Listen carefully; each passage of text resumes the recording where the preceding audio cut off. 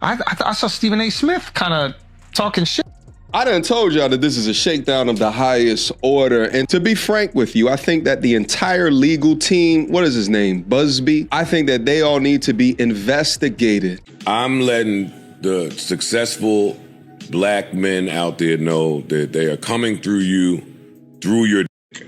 Yeah, sure. Yeah, you got freaky better. Because this is freaky. Yeah, we seen it. Yeah, Michelle told us. She said it. Yeah. Michelle told us that he was freaky. So Shannon was viewed as, but then there's people like, I saw Stephen A. Smith kind of talking shit. What is you doing, Unc? You ain't got no business out here with no 20-year-old white girl. With no. This is all being orchestrated by Tony Busby, who has targeted Jay-Z. Tony Busby targets black men, and I believe he's going to release a 30-second clip of a sex tape that tries to make me look guilty. 20-year-old period. Nothing wrong with being no freak, but be a freak and it makes sense. I do agree that this is a shakedown. I do agree that Shannon is being targeted, but you can't shake down nobody if they don't give you nothing to shake. What you think she was gonna do? She charging $25K a cheek, and it ain't no cheeks.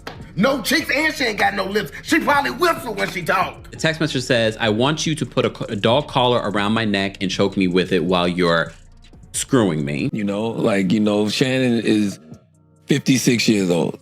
There is absolutely no reason for a 54-year-old man at the time, to be hollering at a 19-year-old. I know an auntie right now with all ass 49.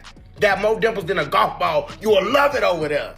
Why are you even hooking up with OnlyFans girls outside of the fact that they're so fucking hot? It's unbelievable. And that's what I mean. That's what I'm talking about when I'm saying. That's what I'm talking about. So stupid. But that's what I'm talking about. How could they be so stupid to have sex with a girl on OnlyFans besides the fact that they're so smoking hot gorgeous? With legal action, if the accuser were to drop her lawsuit, and Sharpe's attorney says he does not know what Sharpe would do in that scenario, but says his recommendation would be to move forward. The sports world was shaken today when a public dispute involving former NFL star turned broadcaster Shannon Sharpe erupted in a downtown Atlanta courtroom.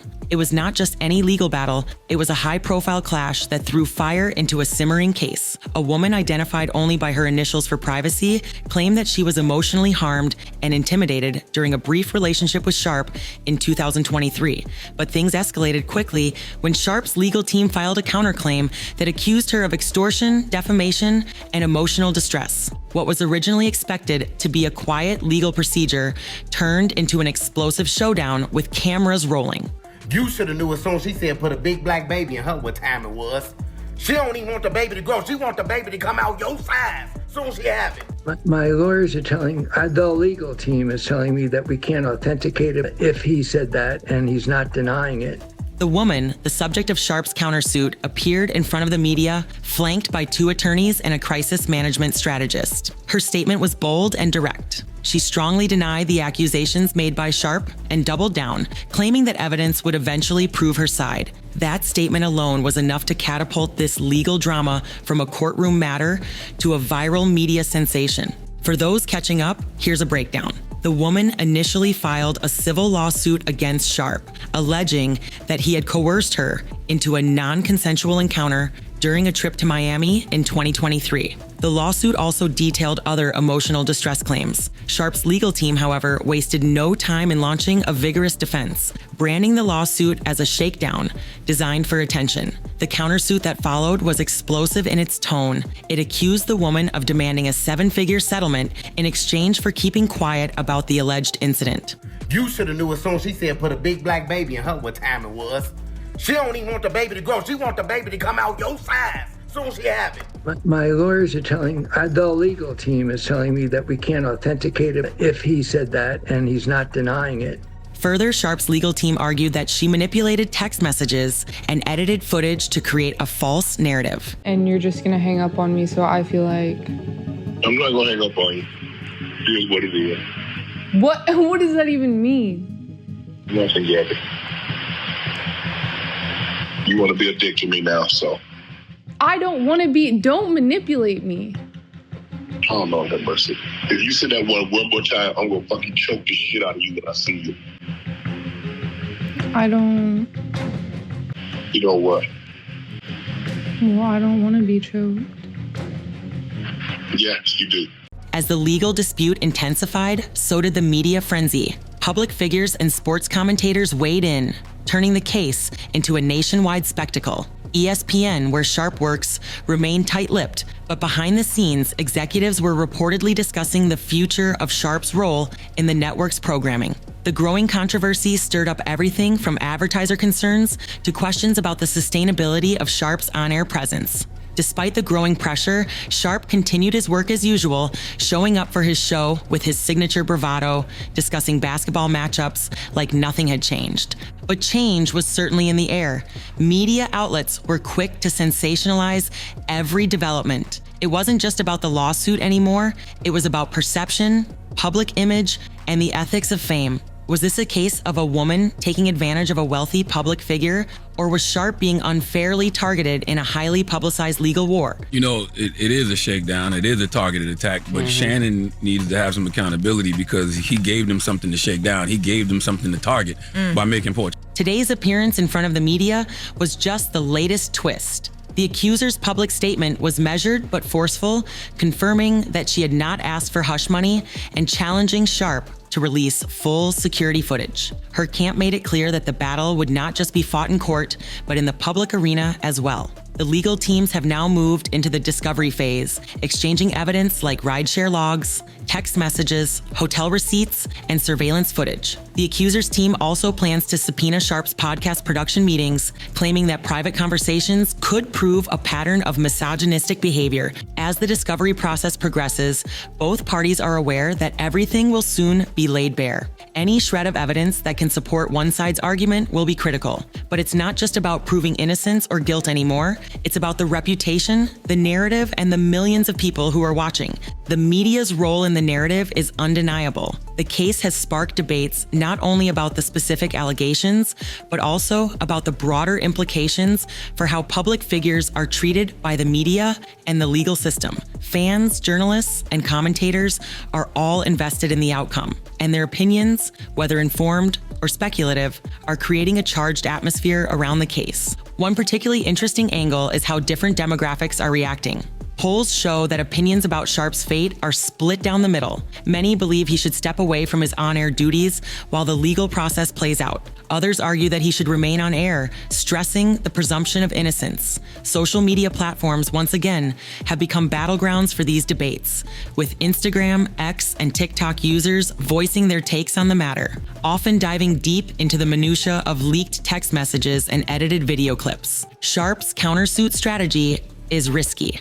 By claiming defamation, he opens the door to scrutiny over his private life and actions. If he cannot prove that the statements made against him were false, the financial and reputational consequences could be enormous. His legal team seems to be betting on complete transparency, hoping that showing everything from his side will exonerate him. However, the reality of the situation is that discovery cuts both ways. If the accuser's narrative gains credibility, Sharpe's reputation could suffer irreparable damage. It's a high-stakes gamble, and the outcome could affect more than just his career. It could set a precedent for how countersuits are handled in high-profile civil disputes, like this one. The power of social media in shaping public opinion cannot be overstated in this case. Public discussions are raging on Instagram, Twitter, and TikTok, where fans and critics alike are dissecting every detail, from text message screenshots to public statements. Sharpe's on-air persona, his larger-than-life presence, and ability to debate passionately has only intensified the fervor.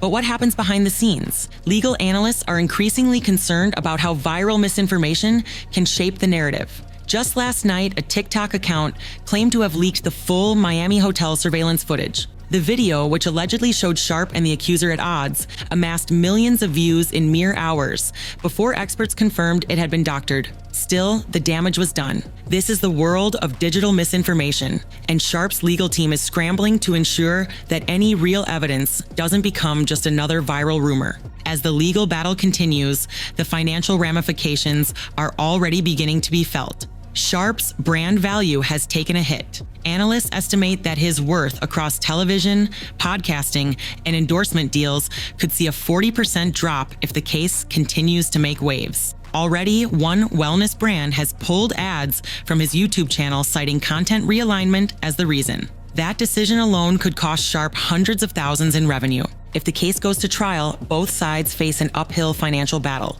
Sharpe's defense budget is estimated at $400,000 through the discovery phase, with the plaintiff's costs nearing $150,000. If this case continues to stretch into a prolonged legal battle, those numbers could escalate into the millions. At some point, both parties may have to consider a settlement, but it's unclear whether either side will back down from their respective positions. One of the most crucial elements of this case will be how both sides manage their public perception. Sharpe's public relations strategy is twofold: to highlight his charitable endeavors, like his $25,000 donation to a youth mentorship program, and to keep his audience engaged with football commentary. It's a delicate balance. His supporters want to see him prevail, but they also want to know that he's still the same bold, unapologetic figure they've admired over the years. On the other side, the accuser's team is leveraging a different kind of narrative, one that speaks to systemic power imbalances and the exploitation of women in high-profile situations. They are working hard to ensure that the public sees this not just as a personal dispute, but as a larger cultural conversation about abuse and inequality. Whether this angle resonates with younger audiences, especially women of color, will be crucial in determining the broader public reaction.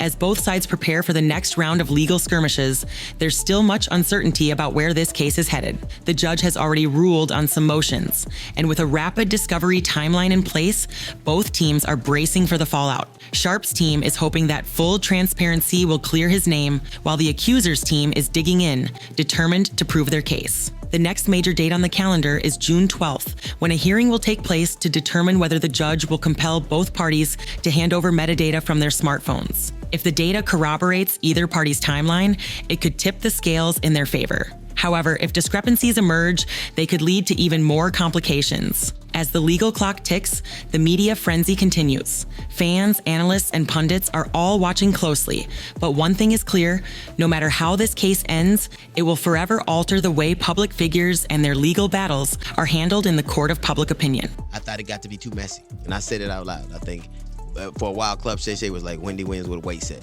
Like, damn.